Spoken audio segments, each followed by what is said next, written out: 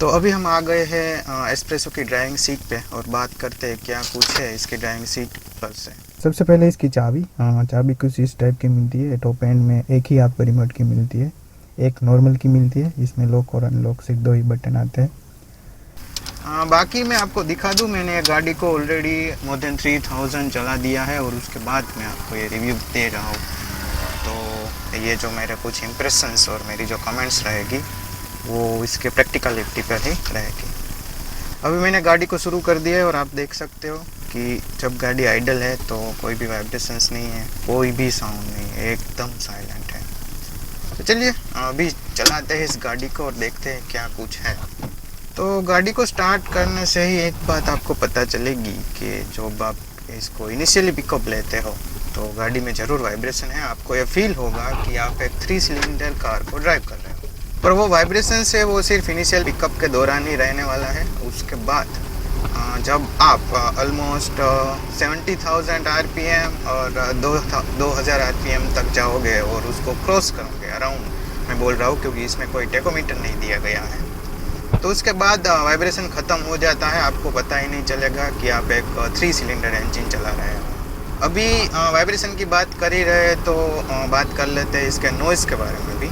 NVH का सब बात कर ही लेते हैं। तो एनवीएच में कुछ ऐसा है कि जब भी आप बिलो 70,000 आरपीएम और 2000 आरपीएम में हो तभी आपको वाइब्रेशन फील होने वाला है। उसके बाद अगर आप 400 5000 समथिंग आरपीएम क्रॉस करोगे एक्सपेक्टेड, तो आपको ये इंजन बहुत ही नॉइजी लगने वाला है। क्योंकि ये 3 सिलेंडर इंजन है, उतना सारा रिफाइंड नहीं है, पर सुजुकी ने इस पे बहुत ही काम किया है। इंजन डेफिनेटली रिफाइंड है, तो जब आप हायर आरपीएम पे तब जाओगे तब ये इंजन आपको डेफिनेटली नॉइस फील करवाएगा। उसके बाद अगर हम बात करें इसके अर्गोनॉमिक्स की, तो अर्गोनॉमिक्स में ऐसा है कि सारा कंट्रोल रीच में है। आपको ऐसा कुछ गैप ज़्यादा नहीं है। इस साइड यहाँ पे आपको मिलते हैं इंडिकेटर्स के कंट्रोल और हेडलाइट्स के कंट्रोल। इस साइड आपको मिलते हैं वाइपर्स कंट्रोल। कोई भी इसमें रेन सेंसिंग वाइपर और ऑटो लैम्प, ऑटो हेडलैम्प जैसे कोई भी फीचर्स दिए नहीं गए हैं। डेफिनेटली एक एंट्री लेवल कार है, तो आप वो सब ज़्यादा एक्सपेक्ट ना करें तो ही बेहतर रहेगा। उसके बाद बात करते हैं विजिबिलिटी। तो विजिबिलिटी में कोई भी शिकायत नहीं है। आपको जो ये पिलर दिया गया है वो ठीक ठाक विड्थ का प्रोवाइड किया गया है, तो विजिबिलिटी में ऐसा कोई इश्यू नहीं आने वाला है। दोनों जो ORVM है वहाँ से भी विजिबिलिटी एकदम परफेक्ट है। मतलब उसकी जो साइज़ होनी चाहिए थी उतनी साइज़ दी गई है, छोटी या बड़ी ऐसा कुछ नहीं है। IRBM से भी विजिबिलिटी आपको पूरी मिलने वाली है। दूसरी बात करें इसकी ड्राइविंग पोजीशन के बारे में, तो डेफिनेटली गाड़ी की हाइट ज़्यादा है तो और सीट हाइट भी ज़्यादा दी गई है, तो आपको एक कमांडिंग पोजीशन मिलने वाली है। आपको अगर कोई भी तरह का जजमेंट लेना है तो उसमें कोई भी तरह का इश्यू नहीं आने वाला है। और दूसरी बात कि आपको बोनेट भी दिखता रहेगा। अगर आप ठीक ठाक हाइट के हो तो आपको बोनेट भी फील होने वाला है। अगर आपकी हाइट ज़्यादा है तो आपको पूरा बोनेट दिखेगा और उस टाइम आपको ये भी फील हो सकता है कि मतलब गाड़ी के आप टॉप पे बैठे हो, मतलब उसके रूफ पे बैठे हो। तो वो सारी चीज़ें हैं। बाकी अगर सीट की बात करें तो सीट कोई भी तरह से हाइट एडजस्टेबल नहीं दी गई है, ना ही इसके जो स्टीयरिंग है उसमें कोई भी टिल्ट और टेलीस्कोप का फंक्शन दिया गया है। तो वो एक डिसएडवांटेज तो नहीं कह सकते क्योंकि एक एंट्री लेवल कार है तो उसमें ऐसा नहीं आता, वो जायज़ है। पर हाँ, मतलब स्टीयरिंग की पोजीशन और सीट की हाइट के मतलब आपको कोई भी इश्यू नहीं आने वाला है, वो आप एडजस्ट हो जाओगे। मतलब सभी बढ़िया तरीके से दिया गया है।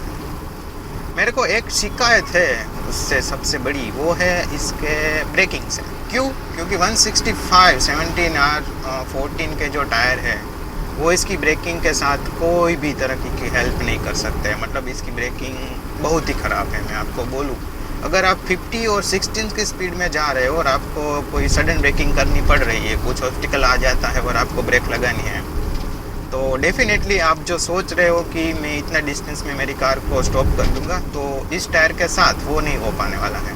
तो एक ब्रेकिंग इसकी वर्स्ट थिंग है, मतलब बहुत ही ख़राब ब्रेकिंग है। अभी हमारे पीछे कोई नहीं है तो एक बार ब्रेकिंग की ट्राई कर लेते हैं। अभी मैं हूँ 17 पे और ब्रेक ले रहा हूँ।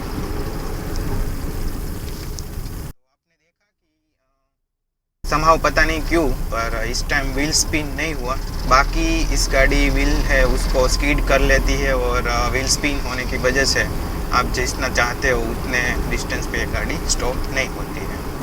तो भाई हमारे पास थोड़ा बहुत अच्छा पेज आया है, तो यहाँ पे देख लेते हैं। मैंने गाड़ी की स्पीड कर दी है, अभी ये हो गई है 45 और मैं ब्रेकिंग करता हूँ।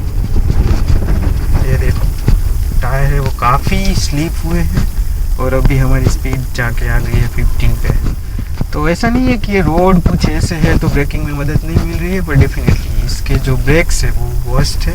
आप इस गाड़ी को अगर हाई स्पीड में चला रहे हैं तो वो एक बात का बहुत बेहद ही ख्याल रखिएगा कि आप डिस्टेंस बना के चलिए, अदरवाइज़ कहीं पे भी ऐसा कोई सडन ऑब्स्टिकल आ जाता है तो डेफिनेटली आप उसको बचा नहीं पाओगे इस टायर साइज से। अगर वो ब्रेकिंग की जो समस्या है वो आपको अगर मिटानी है तो आपको टायर को मतलब और चौड़े टायर लगवाने पड़ेंगे। अब अगर 215 पे इतने सारे अगर बड़े टायर लगवाने जाओगे तो वो अगेन एक स्टेबिलिटी का भी इश्यू रहेगा और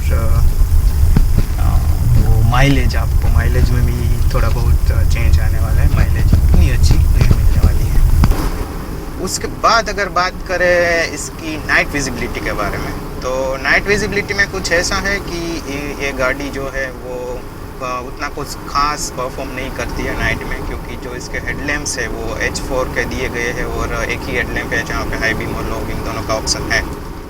पर वो जो हेडलैम्प है उसकी विजिबिलिटी मतलब मैं उसकी रोशनी की बात करूँ तो वो मतलब उतनी कुछ खास है नहीं, तो आपको नाइट विजिबिलिटी परेशान करने वाली है।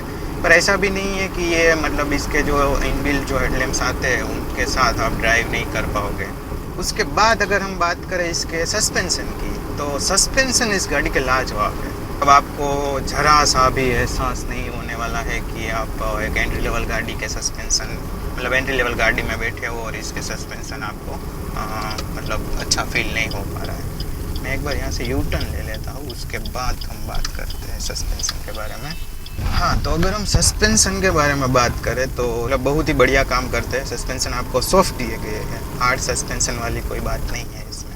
तो आपको बेहतरीन राइड क्वालिटी मिलने वाली है। अगर आप हाईवे पर जा रहे हो और कोई बड़े वाले गड्ढे आते हैं, छोटे छोटे गड्ढे आते हैं, तो उसमें आपको कोई भी तरह का ऐसा फील नहीं होगा कि गाड़ी आपको झटके दे रही है, आपको बम फील हो रहे हैं। तो सस्पेंशन बहुत ही अच्छे हैं इस गाड़ी के।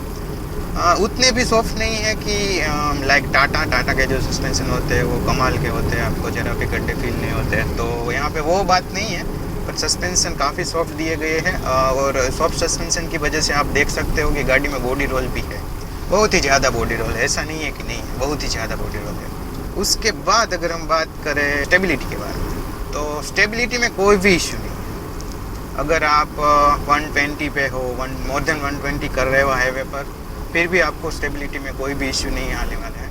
हाँ, एक बात है, अगर आप जा रहे हो और हाईवे पे 120 की स्पीड अचीव करके और मतलब मोर देन 100 चला रहे हो और बड़ा सा गड्ढा आता है और गाड़ी उछलती है, तो वहाँ पे ज़रूर आपको डेफिनेटली वो फील होगा कि भाई गाड़ी की स्टेबिलिटी थोड़े टाइम के लिए वहाँ पे आपको ऐसा लगेगा कि भाई मतलब गाड़ी उछली है या कुछ ऐसा फील होगा। पर ऐसा ज़रूर नहीं लगने वाला है आपको कि गाड़ी आपके आउट ऑफ कंट्रोल चली गई है। तो स्टेबिलिटी 100% बहुत दी गई है इस कार में। स्टेबिलिटी के बारे में हम कोई भी शिकायत नहीं कर सकते हैं। उसके बाद हम बात करें तो इस गाड़ी का लो एंड टॉर्क इस गाड़ी का बहुत ही अच्छा है। आपको अगर सिटी में मैन्युअबिलिटी की बात करें और हाईवे पर अगर पिकअप की बात करो तो पिकअप तो आपको भर के मिलने वाला है इस गाड़ी के साथ। उसका एक रीज़न ये भी है कि गाड़ी है जो लाइट वेट है, मतलब इस गाड़ी का जो कब वेट है वो अराउंड 760 किलोग्राम के आसपास है। तो इसका जो 67 bhp का पावर और 90 Nm टॉर्क है वो इसको मतलब बॉडी टू वेट रेशियो इसका इतना मेंटेन किया गया है कि आप इस गाड़ी में आपको बेहतरीन पावर फील होने वाला है। आपको कोई भी शिकायत पिकअप से और इसके परफॉर्मेंस से नहीं होने वाली है। इसके साथ हम कंपेयर करें क्विड के, तो क्विड हालांकि इसके लाइट वेट है, पर क्विड में फिर भी आपको उतना पावर नहीं फील होगा जितना इसमें होता है। तो अभी मैं 5th गियर में हूँ और 5th गियर में आप अराउंड 35 की स्पीड पे हो और मतलब 30-35 की स्पीड पे हो और आपको पिकअप लेना है तो कोई भी तरह की दिक्कत नहीं होने वाली है। थोड़ा बहुत आगे चले जाते हैं, उसके बाद मैं आपको फिर रिड्यूस करके 5th गियर में इस गाड़ी को पिकअप करके दिखाता हूँ। तो अभी मैंने स्पीड रिड्यूस कर दी और हम आ गए हैं अराउंड 33-35 है।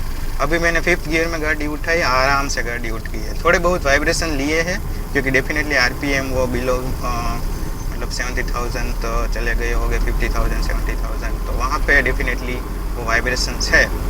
पर जैसे आरपीएम 17 के बाद जैसे हमने बात की वहाँ से क्रॉस करेंगे 200 अराउंड 200 आ जाएंगे, तो उसके बाद कोई भी वाइब्रेशन आपको नहीं मिलने वाला है। तो ये सब है इस गाड़ी के बारे में। अगर आप कंक्लूजन की बात करें तो ये गाड़ी आप डेफिनेटली ले सकते हो। अगर आपको एक सेकेंडरी कार के तौर पे और सिटी ड्राइविंग के तौर पे इस गाड़ी को लेना है तो आप डेफिनेटली जा सकते हो, क्योंकि सिटी में इसकी मैन्योरेबिलिटी बहुत अच्छी है। इसका जो लो एंड टॉर्क है वो भी आपको बहुत ही मतलब सिटी में फ़ायदा देने वाला है। आपको इंस्टेंट पिकअप लेना है तो इस गाड़ी से आप डेफिनेटली ले सकते हो। उसके बाद अगर हम प्राइमरी कार के दौर पे बात करें तो प्राइमरी कार भी आप ले सकते हो, क्योंकि इसको सिटी में चलाने में तो ये बेहतरीन है। साथ के साथ अगर आपको हाईवे में जाना है तो वहाँ पे स्टेबिलिटी का भी कोई इश्यू नहीं है। पर कुल मिला के बात वही आती है कि इसने ग्लोबल एनकैप में जो सेफ्टी रेटिंग हासिल की है वो सेफ्टी रेटिंग थी इसकी 0 स्टार।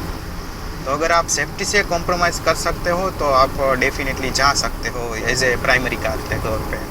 तो बस इस वीडियो में तो इतना ही। जल्दी मिलेंगे आपको दूसरे वीडियो में दूसरी कार। तब तक सेफ ड्राइव करें। धन्यवाद।